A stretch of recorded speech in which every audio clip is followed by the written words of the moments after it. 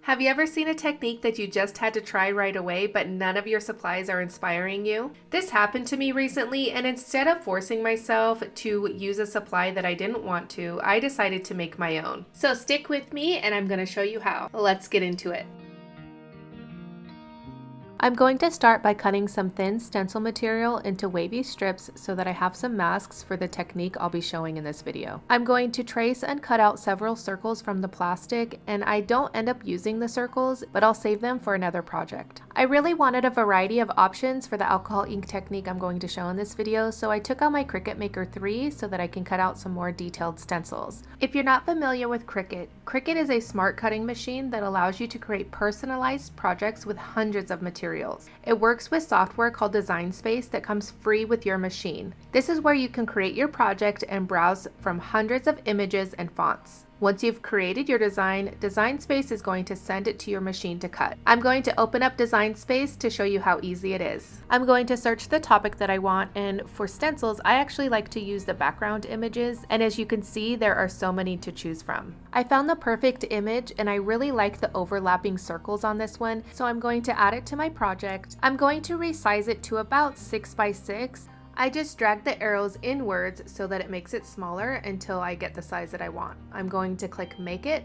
I am going to choose On Mat. This is going to tell the Cricut Maker 3 that I am using the material on the mat. Then I'm going to click Next and choose my material. I'm going to search Stencil and then choose this stencil film. I'm going to click Done, and for the pressure, I always do more on the pressure. That way I know whatever material I'm cutting out, it's going to cut all the way through. I put the stencil material on a StrongGrip mat, load it into the machine, and hit the play button and let it do its thing. After the Cricut is done cutting the stencil, I'm going to flip the mat over and pull the stencil material off of the mat this way. I felt that it was a little bit easier to do, and so I didn't rip the stencil material and I could use it later. Now that I have a few stencils and masks cut out, I'm going to grab a few of my favorite alcohol ink colors for this technique.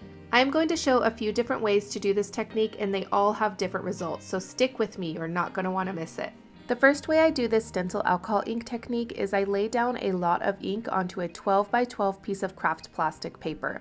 Then I'm going to add some isopropyl alcohol to move and blend the color around. While the ink is still wet, I'm going to add the wavy masks that I cut out earlier onto the page, and I'm going to press them down, and then I'm going to set this aside to dry. I will show the end result later on in this video, but in the meantime, I'm going to take another stencil that I had created previously with my Cricut, and I'm going to spray some low tack adhesive to keep it in place. This time, I'm going to add some isopropyl alcohol first, and then add a few colors of ink. I'm going to add all of the supplies and the files that I used down in the description box, so be sure to check it out. I noticed that the colors aren't moving around that much, so I'm going to add some more isopropyl alcohol, and I'm also going to add a few drops of statue alloy. This is going to make the whole design pop. With a mini mister, I spritzed some iso over top of the design, and I was going to set this aside to dry, but there's still a lot of space on this page. So I'm taking the same 3 colors, adding it randomly onto the page. I add some statue alloy, and then I'm going to add a little bit of isopropyl alcohol, and I'm going to take the blower tool and move the ink around. For this technique, I'm actually going to add the stencil when the ink is dry. Then I'm going to spritz some isopropyl alcohol over top. This one ends up being my favorite, and I'm definitely going to be doing it more often. I'll show the result later on in this video, but in the meantime, I'm going to work on another piece. I really wanted to use the circle stencil I cut out earlier using the Cricut, and I thought it would be perfect for a birthday themed card. So I decided to use really bright colors. I'm using a piece of 6 by 6 craft plastic paper, and after I add the colors, I'm going to add a little bit of isopropyl alcohol and then use my blower tool to move the color around. After I blend the colors together, I'm going to place the circle stencil right on top and set it aside to dry.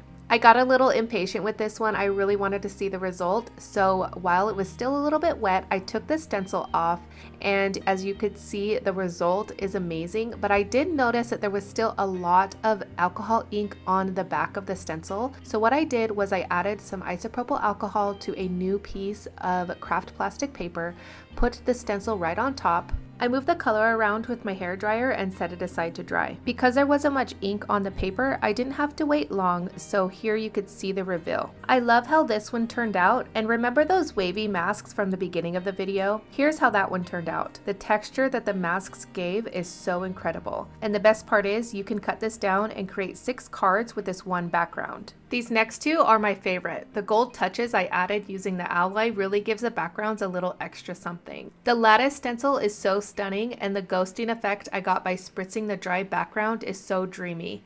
And because I didn't fill the whole page with color, I'm able to get some cards with some more white space on them. That will have to wait for another day, as I like to work in stages sometimes. But if you're ready to turn those backgrounds into cards, then this video is for you. I am going to show you one simple technique, 3 different ways, and the results are stunning. You're not going to want to miss it. I'll see you there.